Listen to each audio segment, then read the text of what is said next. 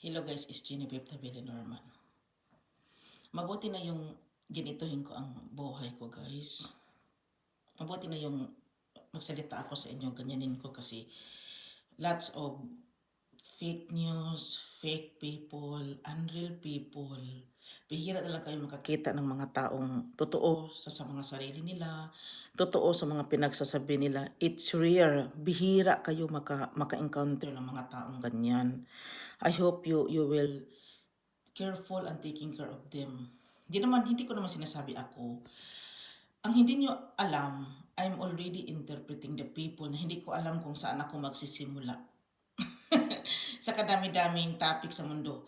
Itong lamisa ko guys, ilang beses ko na itong na-change sa totoo lang. Kung na-resyo na lang sa buhay ko dito, sa Philippines, pero sa Philippines parang madali. Pero pagdating ko dito, parang hindi ako matapos-tapos. Yun na nga, saan ako magsisimula. Ito na lang, to make it short, itong monetary ko, I really taking care of that. Ang hindi nyo kasi maintindihan, what is the point?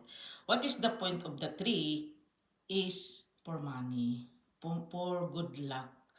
Wala kaming maintindihan dahil money tree, akala namin money, pera, tapos tree. Kaya siguro ginanya ng Panginoon para maintindihan ninyo that this tree is a symbol of money, is a symbol of prosperity. Hindi mo naman agad makukuha yung money kung hindi ka mag-hard work. Wala namang madali sa life. Kaya nga money tree siya kasi symbol siya ng pera. Yun na nga, money tree. Oh, grabe naman kayo guys. Hindi naman kayo nakaintindi sa mga pinagsasabi ko. Kaya nga money tree siya kasi prosperity for money. Guys, money tree talaga siya guys. Last year ko lang siya binili. Last year? Parang itong lang year na ito pala. Itong year na ito 26. Ngayon pa itong na year pa ako nakatanim sa kanya. Hindi katulad yung iba diyan na parang matagal na sa akin yung mga tanim. Ayoko silang bitawan guys dahil they are also my lucky charm.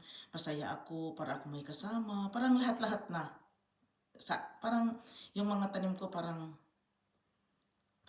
lahat na ng gusto ko andyan na sa kanila. Guys, dito na lang ako. Maraming salamat.